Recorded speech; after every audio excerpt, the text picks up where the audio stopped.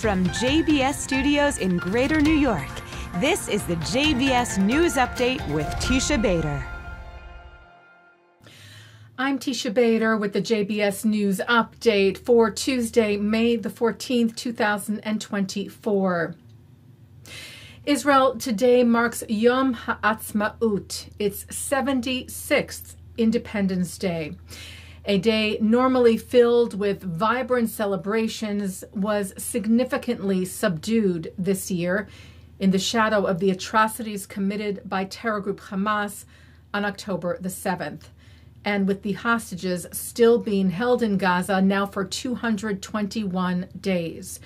The parks and beaches, normally packed with barbecues and gatherings, were relatively quiet today, and there was no traditional flyover by Israel's Air Force. However, the Hostages and Missing Families Forum, in coordination with Kibbutz Kfar Aza, one of the communities ravaged during the October 7th attack, organized a special flyover of 9 planes trailing photos of the 132 hostages still being held, calling for their release. Ceremonies for Yom Ha'atzmaut were held at the home of Israel's President Isaac Herzog, where he welcomed foreign diplomats and ambassadors, and also held a ceremony saluting outstanding IDF soldiers.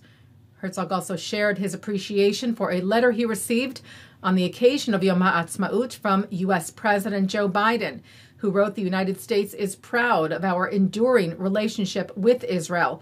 Biden recalling how he flew to Israel after the October 7th attack to show the commitment to Israel's security. Herzog saying in response that the important bond between our nations is indeed ironclad and steadfast, and it must be kept as strong as possible. Herzog also recorded a message for Jews around the world on this Independence Day, speaking of the devastating loss on October the 7th, and also of the resilience of Israelis and the Jewish people, and the connection and solidarity between Jews around the world, in particular in these dark and painful times. So, dear sisters and brothers, my friends, we've seen our people step forward this year for one another, to offer one another protection, defense, support, empathy, and care and love. We've shown that we truly belong to one another, and that no matter what happens, we can tap into deep resources of caring, connection, love, and belonging. May we continue to raise our voices and fight for what matters, for the immediate release of our hostages, for our safety and our future in a thriving and secure Jewish and democratic state of Israel, and for a world of peace, harmony, and goodwill. And an alternate ceremony was also held last night at Binyamina's Jabotinsky Park, where instead of 12 torches being lit, they were extinguished in a show of protest with signs reading, "No hostages, no independence." Also last night, tens of thousands gathered in Tel Aviv's Hostage Square for an Independence Day rally calling for the release of the hostages, organized by the Hostages and Missing Families Forum, with remarks from hostage families as well as musical tributes, including the prayer that has become an anthem of sorts for the hostages, Achenu, which reads, "Our brothers and sisters and the whole house of Israel who are in distress and captivity, who wander over sea and over land, may God have mercy on them and bring them from distress to comfort, from darkness to light, from slavery to redemption, now, swiftly, and soon."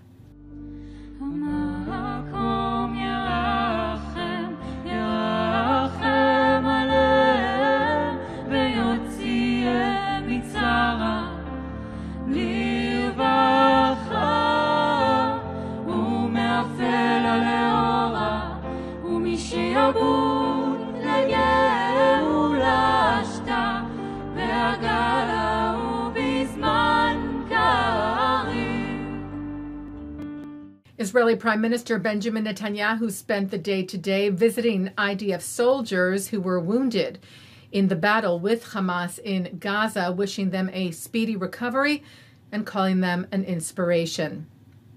A number of IDF soldiers were injured today in Gaza, at least 4 of them seriously, the IDF said, as Israeli troops continue to fight terror group Hamas in Gaza.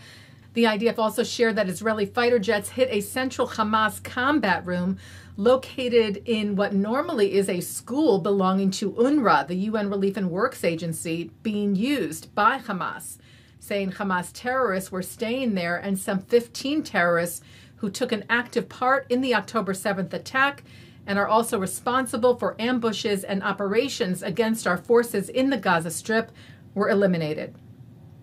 3 rockets were fired from Gaza at Sderot in southern Israel today. They were intercepted by the Iron Dome. And a barrage of rockets were fired at northern Israel from Lebanon today, landing in an open area. The IDF responding, hitting Hezbollah terror targets. Later, the IDF said several soldiers were injured, one of them moderately and 4 lightly, in a Hezbollah anti-tank guided missile attack against the northern community of Adamit. And according to the Times of Israel, an Israeli civilian was also killed in that attack. Well, Israel's official X Twitter platform released a video today for Yom Ha'atzmaut, writing, "We dedicate this Independence Day to the remarkable, extraordinary, exceptional people of Israel," sharing images of, it said, real resilience and true heroism, showing released hostages reunited with their families back in November, and those who came out to volunteer at the Israeli communities ravaged on October the 7th, showing the real pride, it said, and strength of the State of Israel as seen in its remarkable people. Taking a look now at our programming for tonight on JBS for Tuesday, May the 14th. At 7 o'clock, Rabbi Ammiel Hirsch cries out about campus anti-Semitism and urges his congregation to become actively involved in protecting the Jewish community from the radicalism that's increasingly taking over American institutions. At 7:30, Rafael Medoff speaks about the play A Flag is Born. At 8, Justin Pine speaks with Rabbi Zev Reichman about the influence of Rabbi Abraham Isaac Cook. At 9, Emmanuel Aronson Rondes on L'chaim. At 10, a replay of Rabbi Hirsch. At 10:30, an encore of this newscast. And coming up next, Abigail Pogrebin speaks to Rabbi David-Seth Kirshner about his book that chronicles the first 50 days of the Israel-Hamas war. And that's the JBS News Update for Tuesday, May the 14th, 2024. I'm Teisha Bader. Am Yisrael Chai.